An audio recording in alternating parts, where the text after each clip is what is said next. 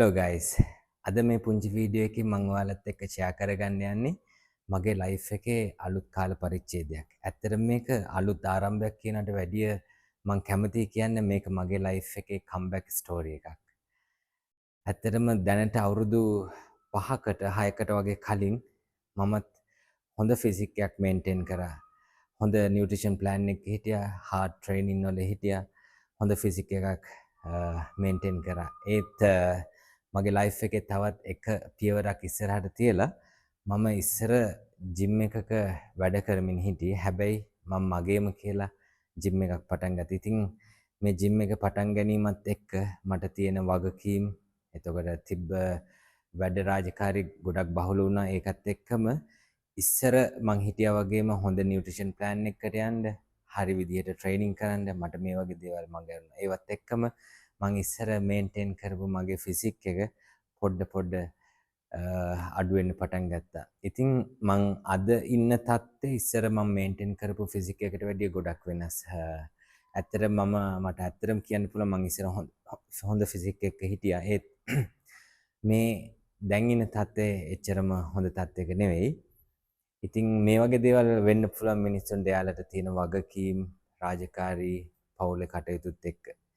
ඉතින් මම මේ වීඩියෝ එකෙන් ෂෙයා කරගන්න යන්නේ මගේ කම්බැක් ස්ටෝරි එකේ මට ලැබෙන අලුත් එක්ස්පීරියන්ස් මොනවද කියලා මගේ මේ ෆිට්නස් ජර්නි එකේදී ඔයාලත් එක්ක ෂෙයා කරගන්න බලාපොරොත්තු. එතනදී මම විශේෂයෙන්ම කියන්න ඕන දෙයක් තමයි මම ආයෙත් පරණ හිටිය විදිහටම ෆිසික් එකක් හදනකොට මෙතනදී කිසිම ස්ටෙරොයිඩ් එකක් පාවිච්චි කරන්නේ නැහැ. මම පාවිච්චි කරන්නේ ගොඩ ටිකක් හાર્ඩ් ට්‍රේනින්, ඒ වගේම හොඳ නියුට්‍රිෂන් ප්ලෑන් එකක්, ඒ වගේම මගේ ඇඟට දෙන විවේකය. ඒ කියන්නේ ට්‍රේනින්, නියුට්‍රිෂන්, රෙස්ට්. මෙන්න මේ තුනත් එක්ක එකතු කරලා මම කොහොමද ආපහු ඉස්සර හිටියා වගේ හොඳ ෆිසික් එකක් ලබා ගන්න කියලා තමයි මේ වීඩියෝ ටිකෙන් මම ඔයාලට පෙන්වන්න බලාපොරොත්තු වෙන්නේ. ඉතින් අපි බලමු ඉස්සර හිටියා වගේම හොඳ ෆිසික් එකක් මට ලබා ගන්න පුළුවන් වෙයිද? සමහරට ඊටත් වැඩිය හොඳ ෆිසික් එකක් ලබා ගන්න පුළුවන් වෙයිද කියලා. මම දන්නවා මේ යන ගමනේදී මට හැම දවසකම මොටිවේෂන් එකක් නැති වෙයි. හැම දවසකම මට ලේසි එකක් වෙන්නේ නැති වෙයි.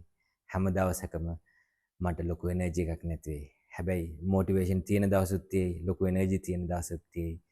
සමහරෙන් ලේසි දවසුත් තියෙයි. මේ දෙකම මික්ස් එකේ යන ජර්නි එකක් වෙයි ඉස්සරහට යන එකේදී. මම මේ ජර්නි එකේදී මට ලැබෙන හැම එක්ස්පීරියන්ස් එකක්ම ඔයාලට ෆිට්නස් දැනුමත් එක්කම මේ වීඩියෝ වලින් අප්ලෝඩ් කරන්නම්.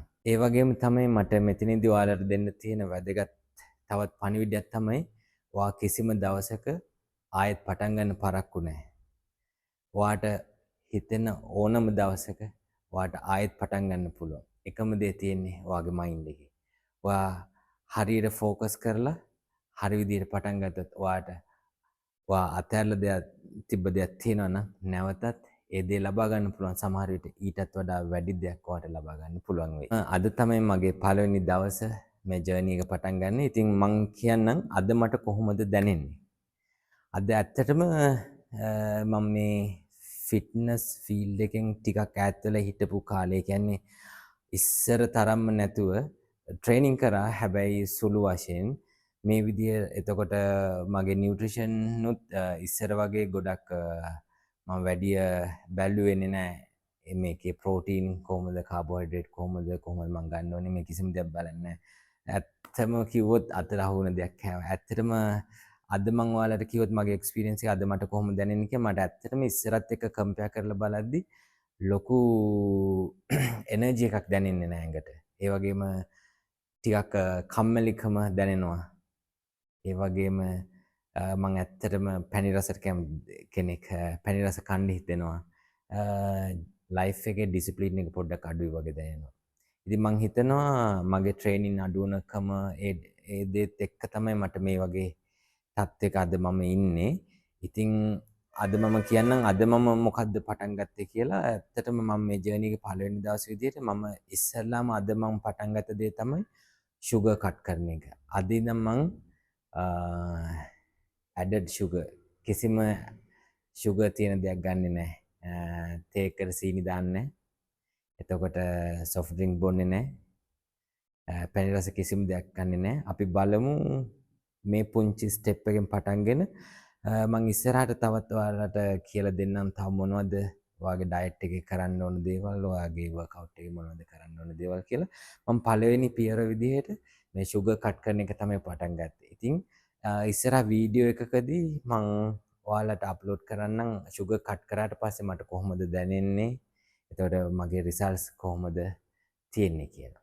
එහෙනම් මගෙත් එක්කම රැඳිලා ඉන්න මගේ මේ ෆිට්නස් ජර්නි එකේදී මට ලැබෙන එක්ස්පීරියන්ස් හැම එකක්ම මම ඔයාලත් එක්ක බෙදා ගන්නවා. එහෙනම් ඊළඟ වීඩියෝ එකෙන් අපි හම්බෙමු.